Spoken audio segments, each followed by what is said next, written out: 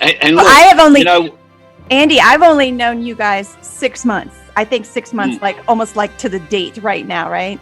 And Doug, I want to tell you, I've watched you grow, not even know what you were going through, but I've watched you grow, which is why I reached out to you at a different level and said, hey, I recognize your talent and your different ability. Would you be interested in helping me as we've done with one another now? And so, yeah, I think it's amazing.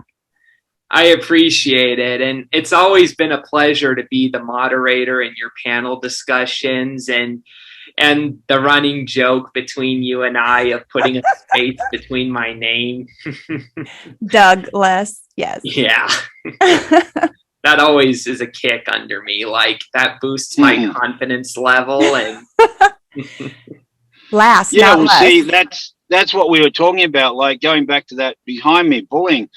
Doug was bullied at school because of his autism, because of his weight.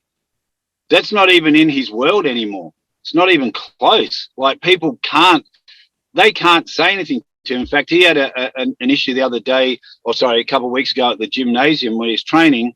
And by the way, Doug, for those who don't know, was 300 pounds plus, and he's down 195 now. He does yoga, he does hiking, does bike riding, he does running. He's in the gym, and we're writing we're writing a healthy eating book together, and part of Doug's journey. Doug, share with the viewers what this guy, you don't mention names, of course, share with what he said to you in the gym, which I'm glad I wasn't there, because I may be a new person, but the old me might have just come out and gone, pop. Oh, no, I can't pop anyone because it's anti-bullying. Oh, no. Oops, sorry. But I'm glad I wasn't with you, because if I heard him say that, I think he would have been leaving the gym pretty quickly. Oh, no. Yeah, to tell you a little bit of what happened, I went to the gym to work out, and it was just literally a couple days after I dropped to 195 or so. And what happened was I encountered a former schoolmate at the gym, and somebody that used to mock me for my weight. And he recognized who I was, even though I wasn't fat anymore. But he tried to reopen old wounds. And what happened was he saw how I was in better shape and more muscular. And he went up to me and was like, hey, fatty, what's up? And when he said that, I decided to do something that I didn't do often before and kill him with kindness. And I even acted like I didn't know him. I was like, hey, dude, I hope you're having a good day at the gym. And he was like a little bit puzzled that I didn't respond badly. And he tried again. He was like, fatty, you're going to get a heart attack down the road. And I just said again, yeah, dude, go into Planet Fitness. You're living the life that rocks. And he just walked off afterwards because it was clear. I love that. High five to that one, Doug. Yeah, I know, right? High five, mate. Yeah. I mean, that's just the transformation that Doug's had.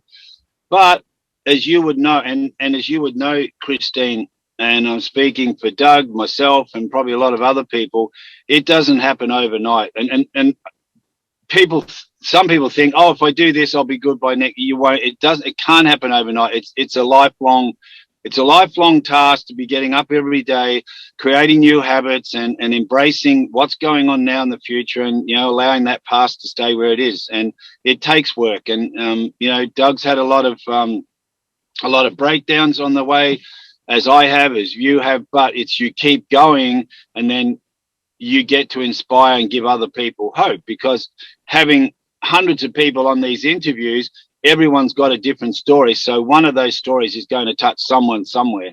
And if it only changes one person, that's what counts. We all change one person, and that will be hundreds and hundreds down the track, You bet. Yeah. And not only that, but connecting, with Relentless and all that. It's all about connections. Ever since I connected with Andy, doors opened up to me that I never thought would open up in the past. Like, I would not have pictured 3 years ago that I'd be connected with all his connections that we've brought on Relentless.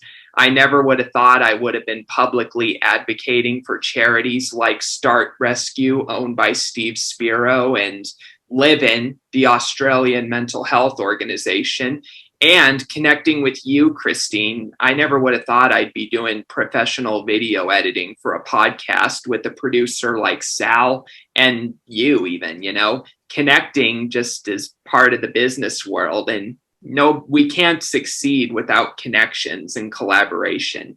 Very true. Yeah, that's true. And the hope's always got to be there. I think I was listening to Joyce Myers today in her book, Do It Afraid. If I think I've sent it to Doug, but it's a really good book. It really is great. Whether people are believers of the faith or not, this is a good book for anyone to listen to or read. Do It Afraid. Yeah. So everything you're talking about, like, they all seem like different platforms. Your story, Christine, of hope, Doug's story, just part of one of the interviews we did on anti-bullying, and a lot of the people that we've interviewed have had accidents and broken through that to create a better life, or people who are dealing with autism, vision impairment, hearing, whatever it is, relationship issues. There's always that thing there, hope. You've got to have hope to look towards the future.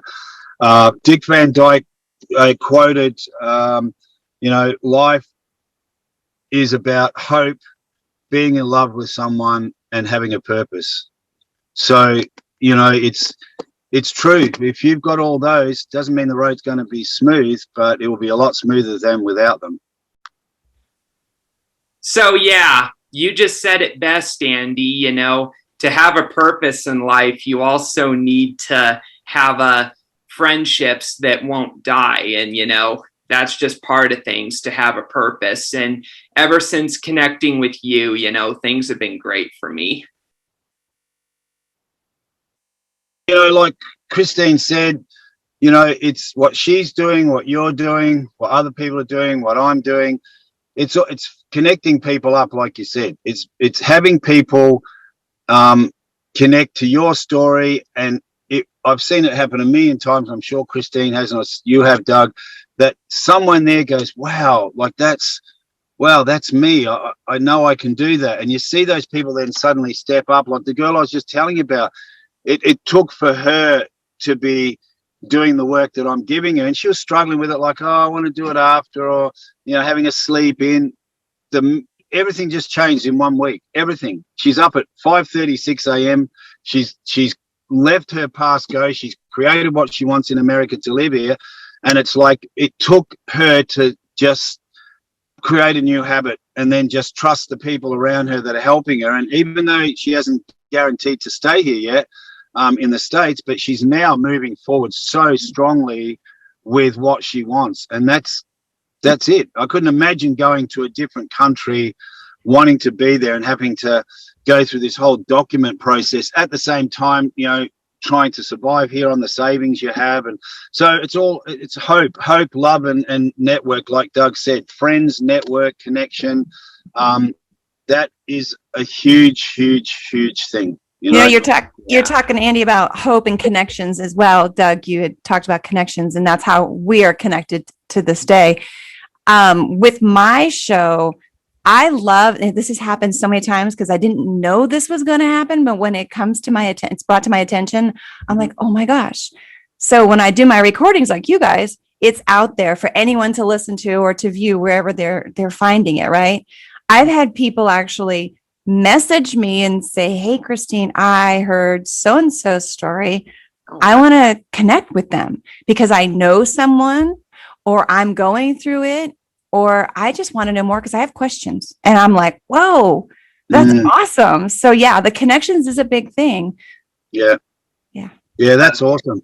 And see, that's what we're talking about here, what your platform is about. It's hope, and your story of a tragic event, which a lot of us can't fathom or never want to fathom that.